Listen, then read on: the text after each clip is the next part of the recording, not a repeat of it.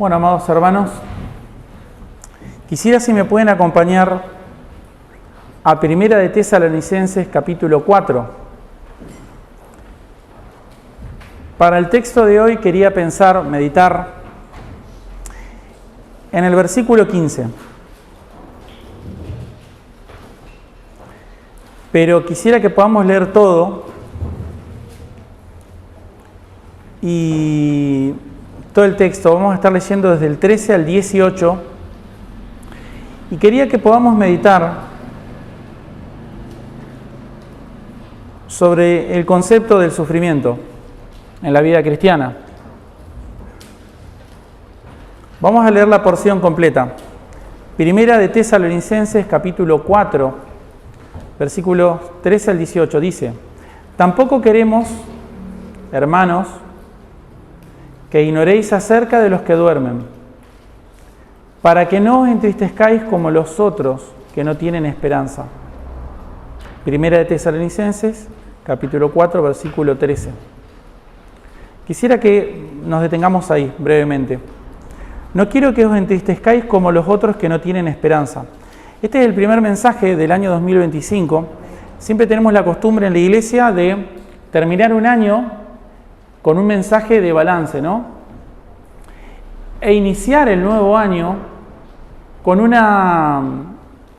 mensaje que nos permita meditar cómo nos vamos a proyectar de aquí en adelante, en este año 2025.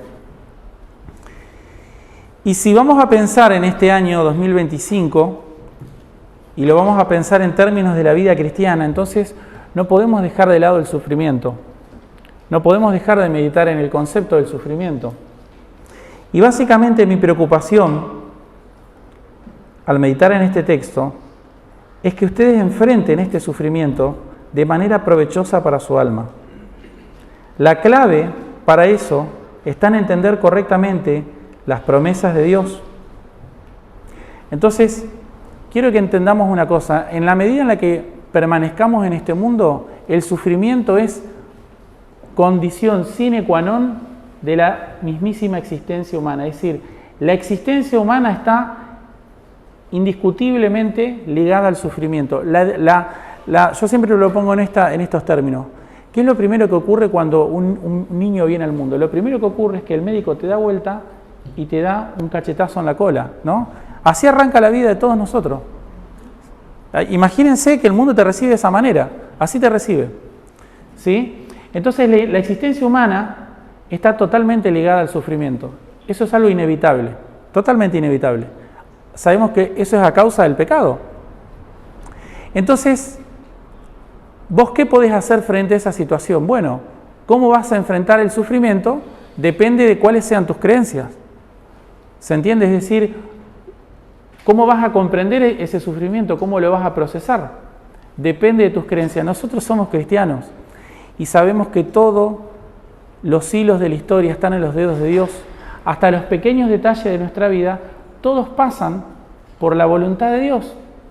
Dios en su providencia dispone absolutamente todas las cosas, de tal manera que nosotros nos estamos moviendo hacia adelante en el tiempo, en un camino que Dios ha trazado y en el cual se conjuga la soberanía de Dios y la responsabilidad humana.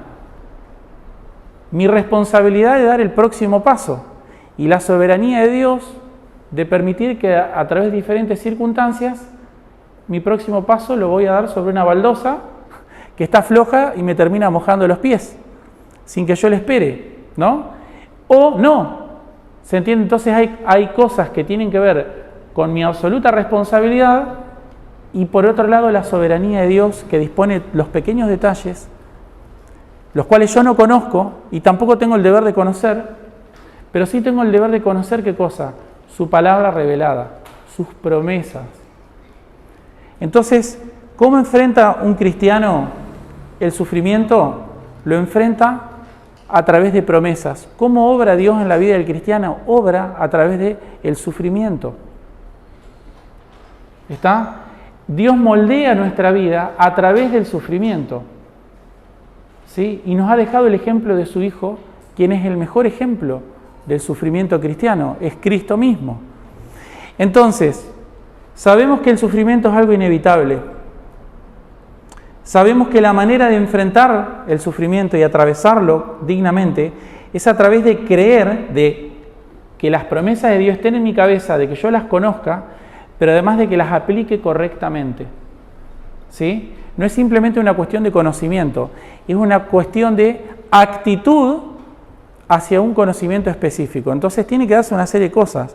Es condición necesaria tener correctamente las promesas alineadas en mi cabeza, pero no es suficiente. Además, yo debo tener éxito en cómo aplicar esas promesas a mi vida. ¿Está? En cómo discernir en un momento dado la correcta aplicación de esas promesas. ¿Por qué? Porque si no, ¿cuáles pueden ser las opciones? Bueno, que sufras inútilmente, que estés perdiendo tu tiempo, que estés pensando que estás viviendo como un mártir cristiano y tal vez ni siquiera sos cristiano, que estés creyendo falsamente que estás viviendo una vida, ¿no? Una vida llena de sufrimiento por causa de Cristo y en realidad lo que estás cosechando son las consecuencias de toda tu desobediencia. En realidad tu pecado te está alcanzando, te va corriendo y te va mordiendo los talones. Y lo que estás sufriendo no es a causa de vivir como un cristiano, sino lo contrario. Es a causa de profesarte cristiano y no estar viviendo como un cristiano. Entonces, no todo sufrimiento por causa de Cristo es verdadero sufrimiento por causa de Cristo. Y es nuestra tarea, entonces, hacer un correcto discernimiento de esto. Y por eso quería traer a colación el caso de los tesalonicenses. Dice, tampoco queremos, hermanos, versículo 13, vamos a leerlo juntos. Tampoco queremos, hermanos, que ignoréis acerca de los que duermen, para que no os entristezcáis como los otros que no tienen esperanza. Porque si creemos que Jesús murió y resucitó, así también traerá Dios con Jesús a los que durmieron en él.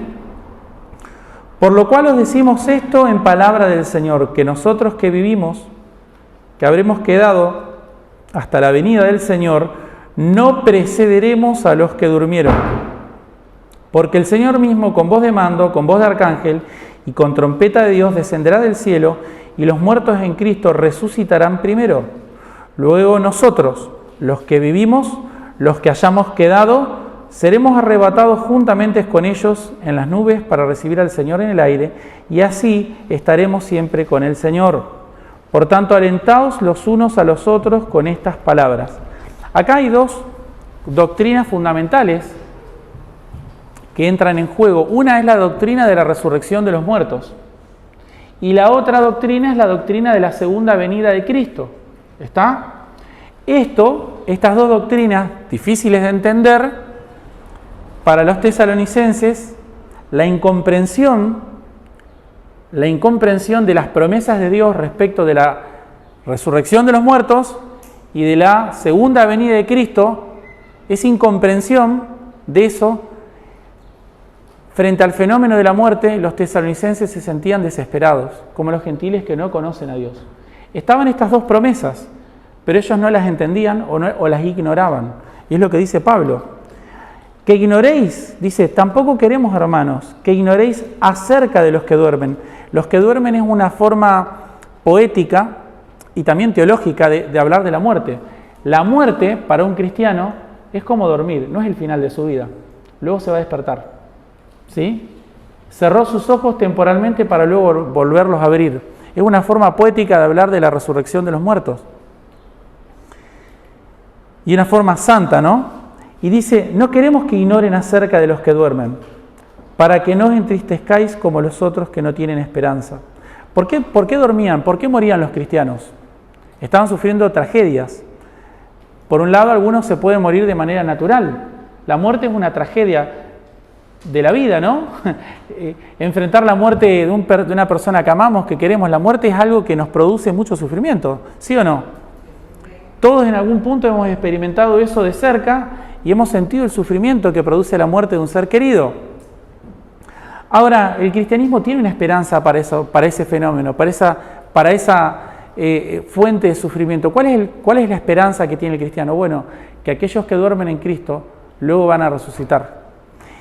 Y de hecho van a tener un privilegio van a tener el privilegio de encontrarse primero con el Señor antes que aquellos que todavía estén vivos para la segunda venida de Cristo, ¿sí? Entonces, en realidad, es mucho más grande el consuelo que debe haber sobre aquellos que mueren en Cristo, porque guardaron la fe. Si murieron en Cristo, ¿saben qué? ¿Qué tiene de bueno eso? Que no tiene reversión.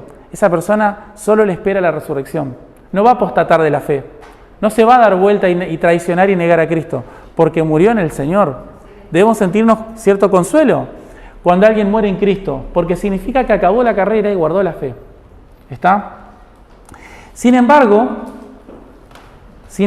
la ignorancia que había en los tesalonicenses hacía que ellos desconozcan estas cosas y por lo tanto estaban entristecidos como aquellos que no tienen esperanza. Imagínense vivir un cristianismo a medias, un cristianismo que te brinda consuelo para ciertas cosas, pero no para otras. ¿Sí? ¿Para qué cosas no les brindaba consuelo? Bueno, ellos al no entender correctamente estas dos doctrinas, cuando un hermano de la iglesia se moría porque estaban siendo perseguidos a causa de la fe, cuando uno mira el caso de los tesalonicenses, yo estuve repasando la serie que hicimos en su momento de los viajes de Pablo. La iglesia de Tesalónica fue fundada en el segundo viaje misionero de Pablo y Pablo no pudo estar mucho tiempo. No sé si recuerdan el título inspirado, El alboroto en Tesalónica, ¿no?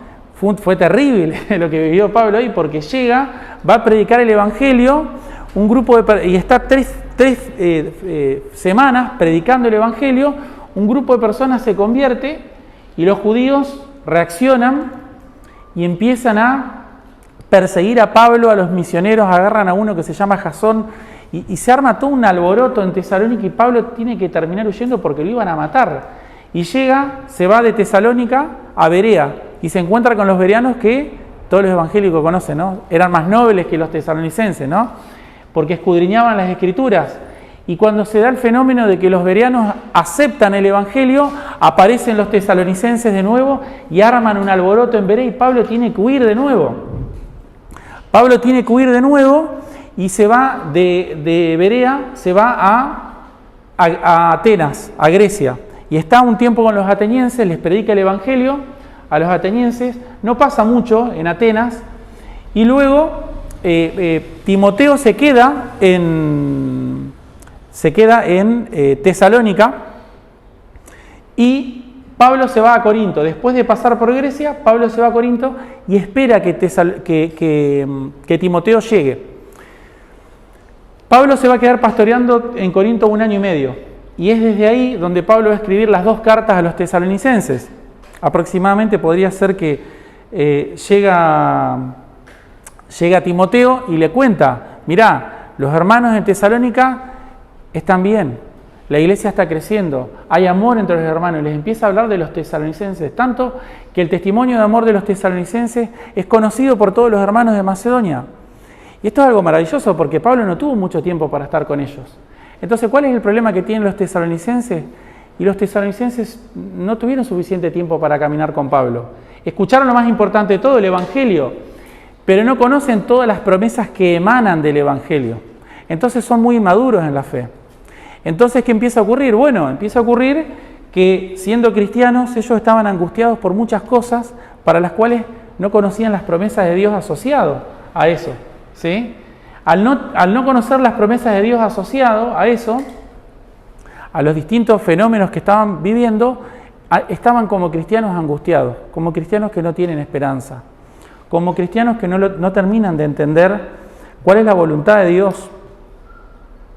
Entonces ellos estaban angustiados a causa de la ignorancia que había en ellos respecto de estas promesas.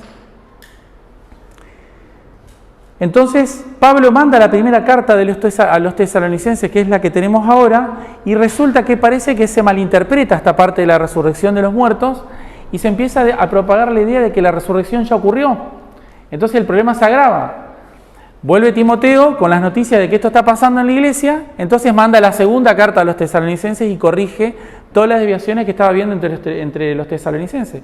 Porque algunos dijeron, bueno, entonces si la venida de Cristo es tan inminente para todos, la venida de Cristo, piensen un poco en esta situación, en el contexto.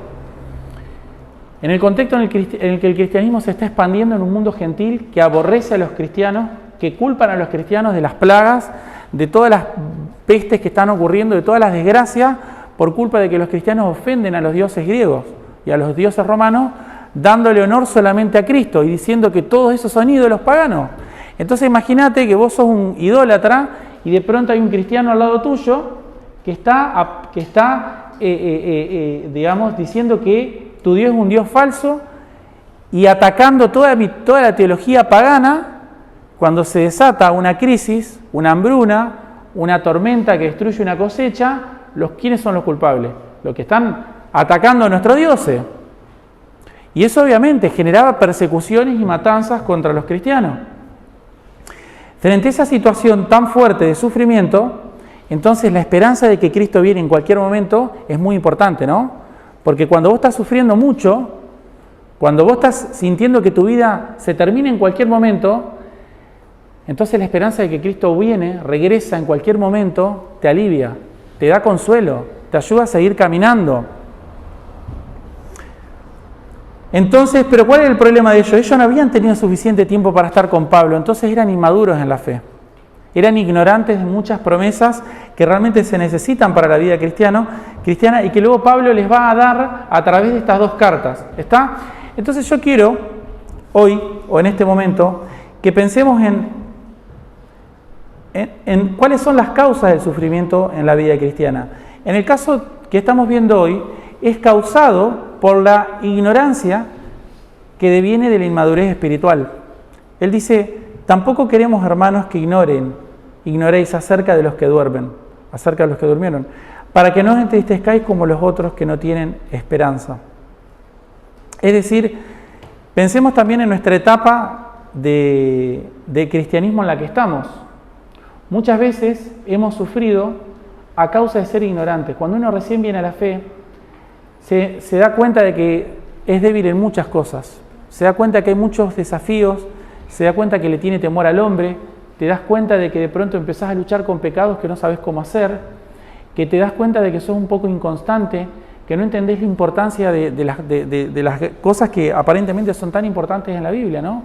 La cena del Señor, congregarse el domingo, la oración, son cosas que parecen muy importantes, que cuando uno mira los testimonios te das cuenta que de alguna manera los cristianos sacaban mucha fuerza de esto, pero que tal vez eso no es tan así en tu vida, digamos, ¿no?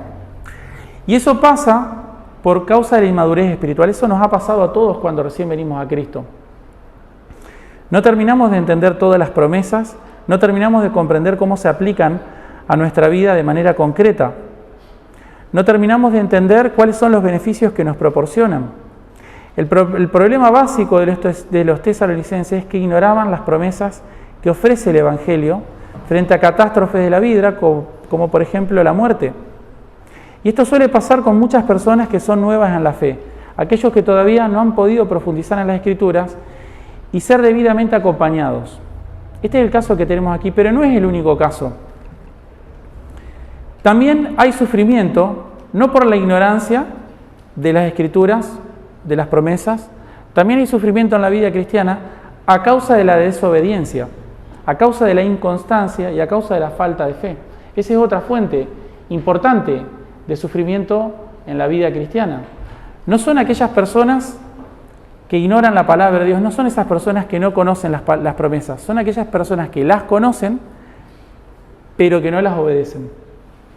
Son aquellas personas que conocen, es decir, alguien que conoce las doctrinas, alguien que entiende las promesas, pero que todavía sigue sufriendo, y no por buenas causas, sino por malas causas, en realidad está peor que los tesalonicenses.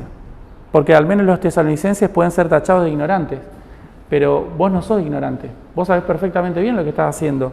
Y sin embargo, las promesas a vos no te brindan consuelo, ¿no? Los mandamientos no te generan un rigor interno en tu corazón. Los llamados a la fe no despiertan ningún tipo de emoción espiritual hacia Cristo o hacia las cosas santas. Santiago habla de estas personas y dice, el hombre de doble ánimo es inconstante en todos sus caminos. Y el término doble ánimo en griego es dispujo, que literalmente significa doble alma o doble mente, y se refiere a una persona dividida en su lealtad o convicción. Por un lado quiere confiar en Dios, pero por el otro lado duda y depende de sus propios recursos o del mundo. Esta división interna lo lleva a la inestabilidad espiritual.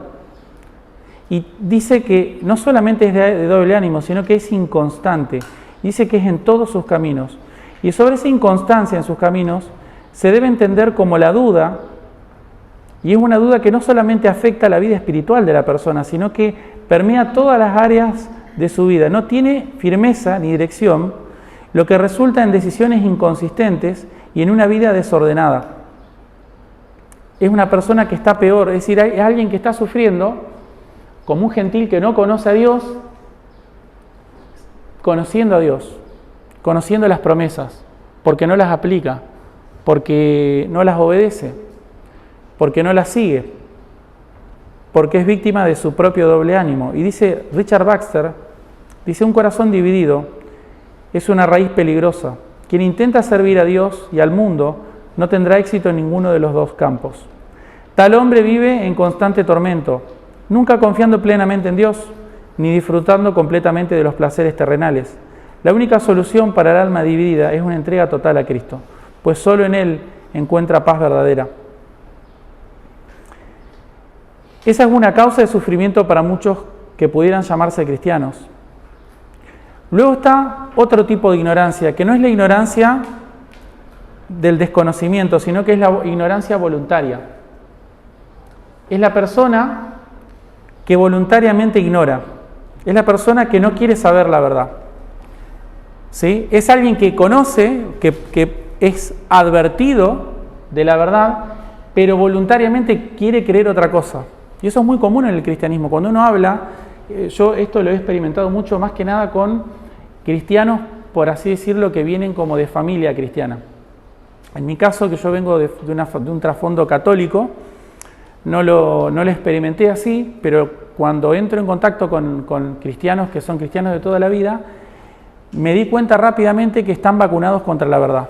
Es decir, que voluntariamente ignoran cosas que son obvias en la Biblia y que las deberían saber, pero están cauterizados contra la verdad.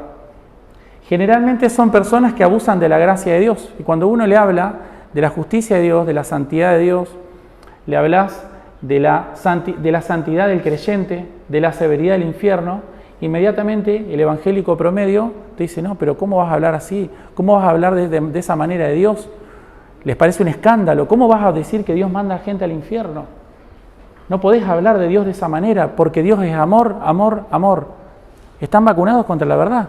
O sea, voluntariamente, a pesar de que las Escrituras dicen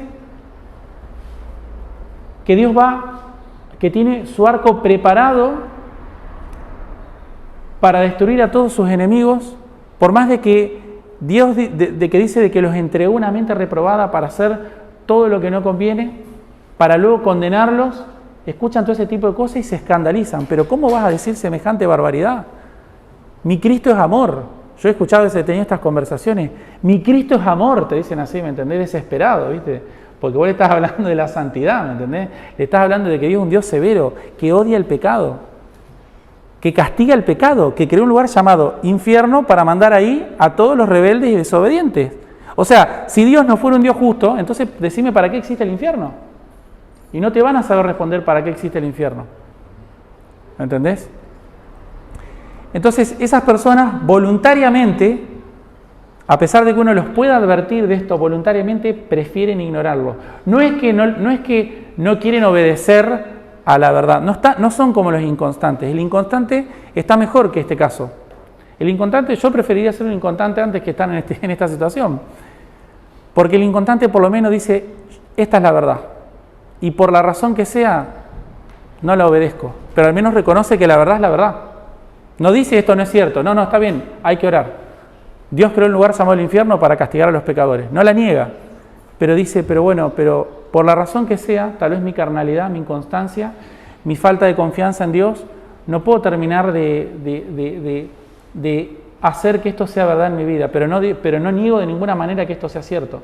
Ahora, el que ignora voluntariamente dice, no puede ser cierto, no quiere que sea cierto, por más de que esté ahí. Esto ha pasado. Pedro dice, por ejemplo, en 2 Pedro 3, habla de los que ignoran voluntariamente que en el tiempo antiguo fueron hechos por la palabra de Dios los cielos y la tierra, los cielos y también la tierra. Dice que ignoran voluntariamente. Se menciona que ese tipo de personas son burladores que van a estar presentes en los postreros días. Y, casualidad, lo que hacen es poner en duda la fidelidad de Dios.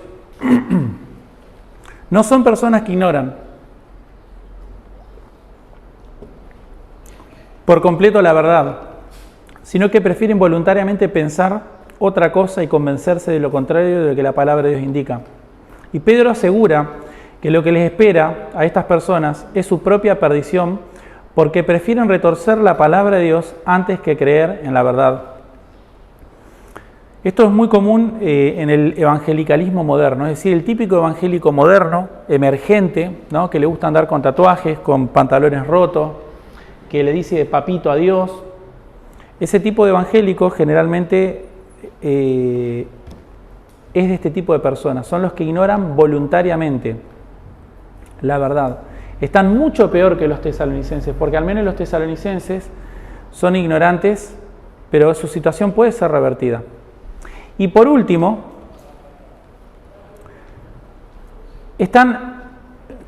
¿cuál es la consecuencia de todas estas personas? Bueno, la consecuencia de todas estas personas, dijimos, es la de no tener esperanza, es la de sufrir de manera inútil, es la de perder el tiempo.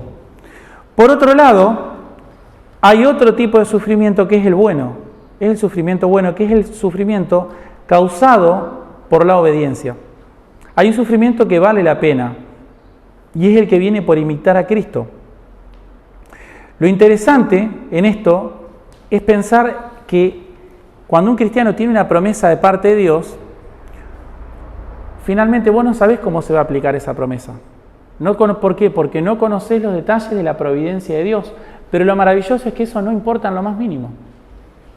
Y pienso yo, por ejemplo, en el caso del apóstol Pablo. Pablo, en Primera de Tesalonicenses 1:4, él anima a los cristianos con esta promesa, que está en el versículo 15. Miren cómo los anima. Dice: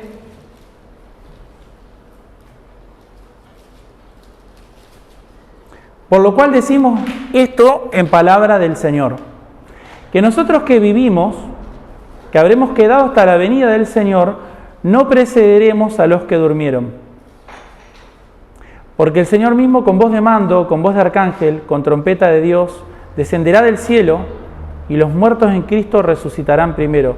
Luego nosotros, los que vivimos, los que hayamos quedado, seremos arrebatados juntamente con ellos en las nubes para recibir al Señor en el aire. Pablo, miren el versículo, ¿qué tiene en común el versículo 15 con el versículo 17? Que Pablo está hablando en primera persona. Él está convencido de que Cristo viene en cualquier momento. Y él está esperando que Cristo regrese estando él vivo. Él tiene esa convicción. Cristo, él sabe esto. Los muertos van a resucitar y Cristo va a volver. Y él cree que él va a estar vivo para cuando eso pase. Y él dice, y él anima a los cristianos y les dice: hermanos, no estén como los gentiles que no conocen a Dios. ¿Por qué? Porque nosotros que vivimos, que todavía hayamos quedado, cuando Cristo vuelva, no vamos a preceder a los que durmieron. Los que durmieron van a resucitar y se van a encontrar primero con Cristo. Y atrás vamos a ir nosotros. Él tiene la esperanza de que Él va a estar vivo para ver la consumación de la obra, ¿no? Y uno podría decir, bueno, ¿por qué alguien se aferraría a una esperanza? Piensen ustedes, amados hermanos. ¿Por qué las esperanzas, las promesas de Dios son tan útiles para nosotros? Porque nos ayudan a atravesar el dolor, ¿sí? Porque nos ayudan, todo sirve bien a aquellos que aman al Señor. ¿Te da consuelo esa promesa? Sí, sea lo que sea que te vaya a pasar. Ahora, Pablo, él no tiene miedo a la muerte. No es que él dice: yo voy a estar acá cuando Cristo vuelva porque no quiero morir. No, porque en Efesios 5, él va a decir, en Filipenses 1, él va a decir: para mí el vivir es Cristo y el morir es ganancia. Pablo no tiene miedo a la muerte. Pero Pablo está apasionado porque él quiere ver la obra de Cristo consumada. Esas promesas que él le está dando a los cristianos que están desanimados, a él lo animan. Cristo va a venir, les dice, y nosotros lo vamos a ver. Y aquellos que hayamos quedado, cuando Cristo venga, no vamos a preceder a los que durmieron. Está convencido de que él va a estar vivo para ese momento. Estamos en el año 51 después de Cristo. Hace 20 años casi que el Señor murió. ¿Sí? Ya pasaron 20 años de la muerte de Cristo. Y ahí está el apóstol Pablo llevando el Evangelio en su segundo viaje misionero, alentando a los cristianos diciéndoles, Cristo viene pronto. Y cuando Cristo venga, nosotros que hayamos quedado, nosotros que estemos vivos, lo vamos a ver venir con los ángeles en gloria. Y no vamos a preceder a los que durmieron. Los que durmieron van a resucitar primero. Vamos a ver a todos nuestros hermanos que murieron en Cristo. Los vamos a ver resucitados de la muerte. Y se van a encontrar con el Señor del aire. Y atrás vamos a ir nosotros. Imagínense esa imagen de esperanza. Tremenda, ¿no? Tremenda imagen de esperanza. Ahora el Señor no tiene esos planes para Pablo. Esos son los planes que tiene Pablo. Él quiere llevar el Evangelio hasta el fin del mundo. Y quiere ver la obra de Dios consumada. Pero Dios tiene otros planes. En el año 64 después de Cristo, casi unos 14 años después de esta carta, Pablo va a estar escribiendo otra cosa a su amado discípulo Timoteo, que va a estar diciendo, yo ya estoy listo para ser entregado. No voy a ver la obra consumada. Yo no voy a ser de los que va a estar acá cuando Cristo vuelva. Mi vida está a punto de ser derramada. Pero no retuve mi vida, pero guardé la fe, que es lo más importante de todo. Entonces, ¿cómo cambió Pablo de decir nosotros que vivimos, que vamos a estar acá cuando Cristo vuelva? ¿Cómo cambió Pablo de escribir eso a luego escribir yo ya estoy listo para ser derramado? Casi 14 años después. ¿Saben cómo cambió la aplicación de esa promesa a su vida? A través de muchísimo sufrimiento. Pablo perdió la esperanza de vivir durante muchísimas veces. Dios usó mucho sufrimiento en la vida de Pablo, muchísimo sufrimiento, para que esa misma promesa que permanece, ¿sí?, que es la misma que él tiene al principio y al final, pero cambia en cómo se aplica a su vida. ¿Qué es lo que cambia? Esa parte en la que él dice, aquellos que estemos aquí cuando Cristo vuelva. Él ya sabe que no va a estar aquí cuando Cristo vuelva, que él no va a ver la obra consumada, que la obra va a ir mucho más allá de su vida, que él no va a ver la obra del Señor consumada, que él no va a ver a los ángeles viniendo en gloria, que él va a ser de los que se van a encontrar primero con el Señor. Él va a ser de los que va a preceder a aquellos que estén vivos. Esa promesa que él les estaba dando a los hermanos para alentarlos, en realidad se iba a aplicar a él. ¿Sí? Él se estaba queriendo poner último, pero resulta que va a terminar siendo primero. ¿Sí? Él está diciendo, yo no voy a ser de los primeros que se va a encontrar el Señor. Los hermanos que resuciten van a ser los primeros que se encuentren con Él. Pero Dios tenía preparado otra cosa para Él. Entonces, ese, amados hermanos, es el sufrimiento que vale la pena.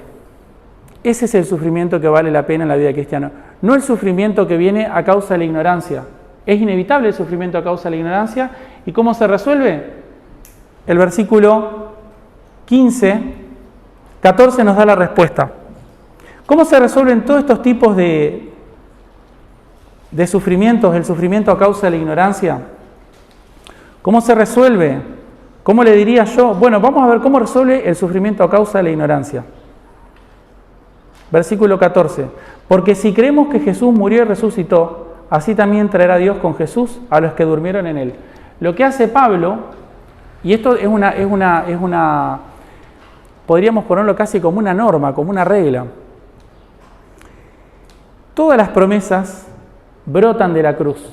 Lo que hace Pablo a estos hermanitos que están tristes porque algunos se murieron y ellos no están al tanto de la segunda venida de Cristo, de cómo va a ser, y tampoco de la resurrección de los muertos, Pablo lo lleva a la base misma de la fe para corregirlo. Vamos a corregir tu ignorancia, le dice a los tesalonicenses. ¿Cómo le vamos a corregir? Les dice, vayan a la cruz.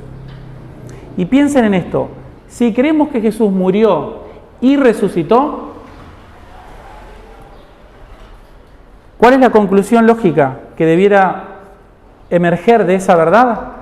Que también Dios traerá con Jesús a todos los que durmieron en Él. ¿Se entiende? Es decir, lo lleva, ¿por qué? Porque si no hay resurrección es vana nuestra fe. Entonces lo lleva a la base misma del principio y les dice, si vos crees que Cristo murió y resucitó, quédate tranquilo, porque significa que Cristo va a volver y va a traer a todos aquellos que durmieron juntamente con Él. Les da esperanza al llevarlos en la cruz. Por lo cual os decimos esto en palabras del Señor, que nosotros que vivimos, que habremos quedado hasta la venida del Señor, no precederemos a los que durmieron. Y ahí les da una explicación específica para el problema que ellos tenían. Ahora, pienso yo que esta es la forma de corregir todos los tipos de sufrimiento, ya sea que es por causa de la ignorancia, porque no entendés y no conocés correctamente las promesas de Dios. Bueno, si crees que Cristo murió y resucitó, entonces la doctrina de la resurrección está ahí. La doctrina de la segunda venida de Cristo está ahí. Entonces no es necesario que estés sufriendo como un gentil que no conoce a Dios. Sos de aquellos que estás sufriendo por la desobediencia, la inconstancia y la falta de fe. No sos de los ignorantes que no conocen las promesas de Dios, sos de los que las conocen, pero que no viven a la luz de esas promesas. Bueno, te digo una cosa, Cristo murió y resucitó por gente como vos. Cristo murió y resucitó por gente como vos. Tenemos muchos casos en la Biblia de personas que no estuvieron a la altura de las promesas de Dios, no estuvieron a la altura del llamado de Dios. Cristo murió y resucitó por vos. Entonces, ¿qué es lo que debes hacer? Debes arrepentirte de eso, de tu falta de temor de Dios. Porque no sos ignorante de las promesas como los tesalonicenses. Vos sabés perfectamente bien lo que estás haciendo. Tenés que dejar de ser un hombre y una mujer inconstante. Tenés que dejar de claudicar entre dos pensamientos. Si Cristo murió y resucitó, lo hizo para que vivas en santificación. Porque esa es la voluntad de Dios. Que tengas temor de Dios, que te arrepientas de tus pecados, que busques consejo, que busques ser corregido, que no vivas en un doble ánimo, como alguien que no puede disfrutar ni de Dios ni del mundo. Dice Richard Baxter que la única solución para esta alma dividida es una entrega total a Cristo. Es que te entregues de todo corazón al Señor. Si tu sufrimiento viene a causa de la ignorancia voluntaria, es decir, si sos de aquellas personas que escuchás la verdad, pero querés creer en otra cosa, entonces estás en una situación mucho más peligrosa. Pero todavía el Evangelio es una esperanza para vos mientras estés con vida. Mientras estés escuchando, Cristo murió y resucitó. Cristo murió y resucitó también por gente como vos, por personas que quieren ignorar la voluntad de Dios, que la escuchan y hacen caso omiso, que prefieren creer que eso no es así. Cristo murió y resucitó por vos también. Cristo murió y resucitó para darte esperanza de una fe correcta. Y para aquellos que están sufriendo, no como los gentiles que no conocen a Dios, sino que están sufriendo como verdaderos soldados de Cristo, entonces estás imitando las pisadas del Maestro. Cristo también murió y resucitó por vos, y tu firmeza proviene de ahí, no de nada bueno que hayas hecho, no de talentos o dones específicos que te puedan ser de utilidad, sino solo por la gracia y la misericordia de Dios, porque Cristo murió y resucitó por vos. Cristo murió y resucitó por vos. El versículo 15 nos enseña algo fundamental para todos nosotros. Y es que este texto parte de la fuente misma de Dios, que es Dios, porque dice que la palabra es del Señor, que es por palabra de Dios.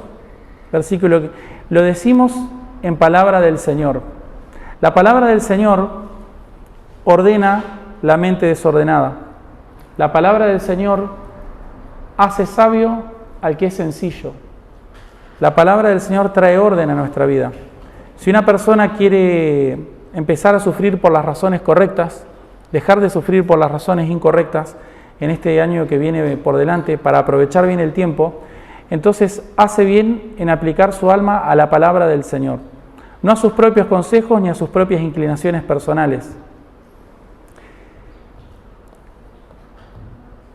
Y no de cualquier manera, entendiendo que la palabra del Señor tiene una sola aplicación específica, una sola interpretación correcta. No puede tener muchas interpretaciones correctas, solamente puede tener una.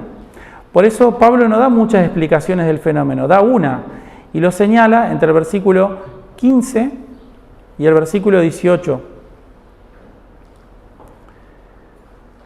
Versículo 15 al 18, Pablo da una sola explicación correcta, no deja lugar a muchas. Nosotros que vivimos, que habremos quedado hasta la venida del Señor, no precederemos a los que durmieron, porque el Señor mismo, con voz de mando, con voz de arcángel y con trompeta de Dios, descenderá del cielo y los muertos en Cristo resucitarán primero. Luego nosotros los que vivimos, los que hayamos quedado, seremos arrebatados juntamente con ellos en las nubes para recibir al Señor en el aire. Así estaremos siempre con el Señor. Por lo tanto, alentaos los unos a los otros con estas palabras.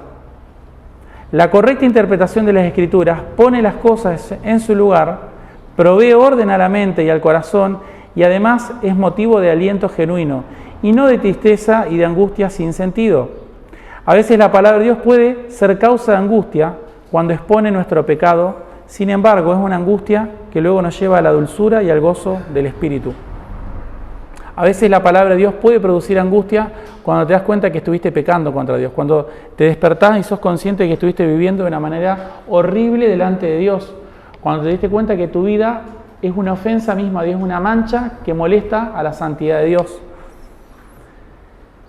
Entonces, una verdadera comprensión de las promesas de Dios, amados hermanos, debe proveer verdadero consuelo. Es decir, el verdadero entendimiento de las promesas de Dios te tiene que dar verdadero consuelo. Una persona que no experimenta un verdadero consuelo es alguien que no ha terminado de entender correctamente las promesas de Dios. Y pensaba en un caso conocido para algunos, tal vez algunos a los que les gusta la himnología, el caso de William Cowper, que fue un poeta inglés de renombre, autor de himnos cristianos, conocido de John Newton. No sé si le suena el nombre de John Newton, el escritor de la canción Amazing Grace. Cowper crece en un ambiente religioso, pero su educación espiritual carecía de claridad sobre la gracia y la misericordia de Dios en Cristo. Y él luchaba profundamente con un concepto de Dios como un juez severo e implacable. Y esto se sumaba a una tendencia depresiva y una visión errónea de que sus pecados eran demasiado grandes para ser perdonados. Este pensamiento equivocado lo llevó a una serie de crisis emocionales y espirituales.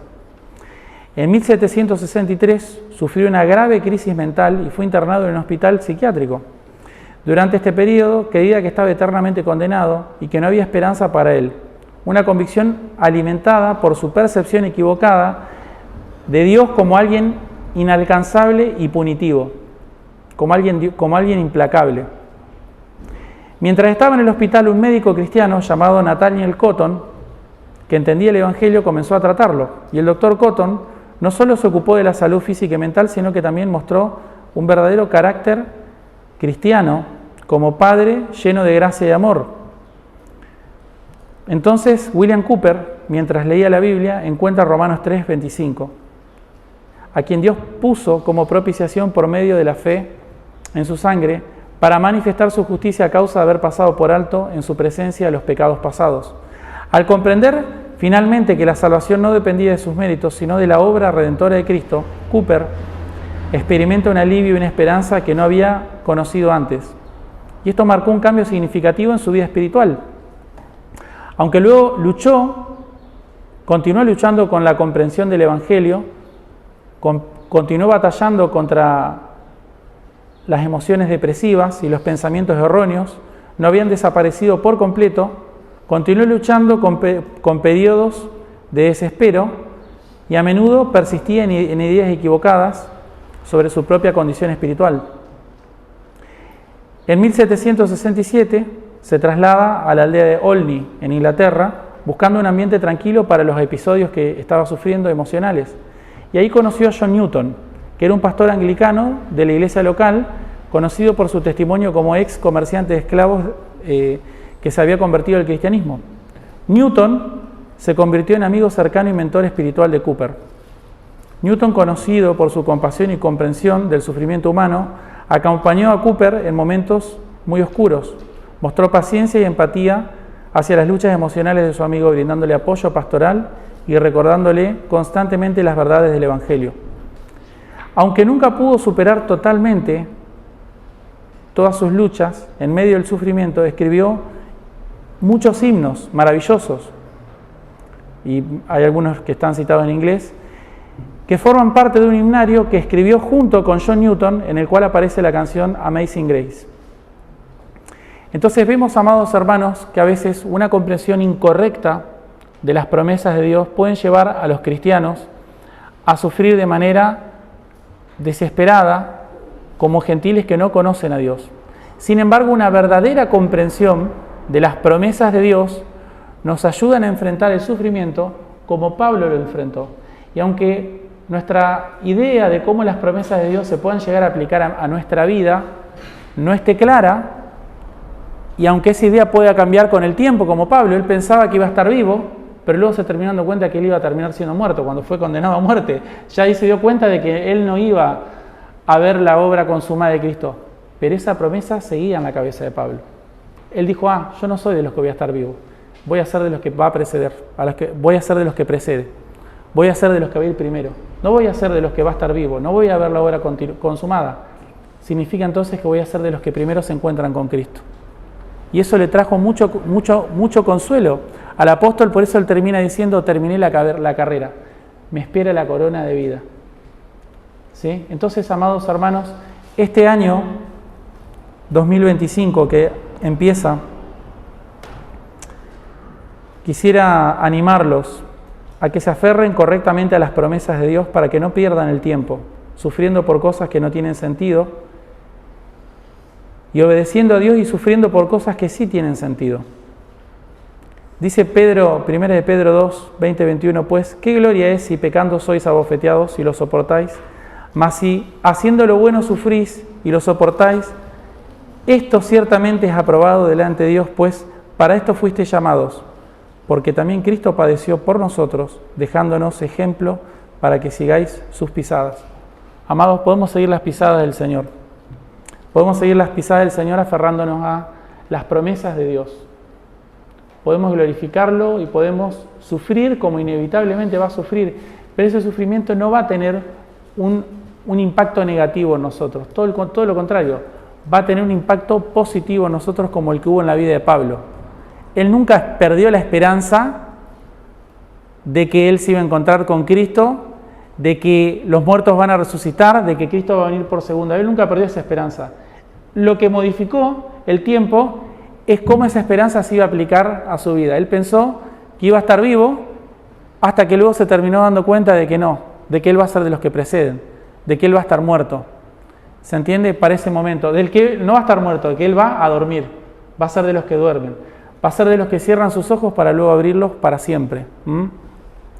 Entonces quisiera animarlos, amados, de esta manera, a que imiten los pasos del Señor, porque para esto fuiste llamados, porque también Cristo padeció por nosotros, dejándonos ejemplo para que sigamos sus pisadas.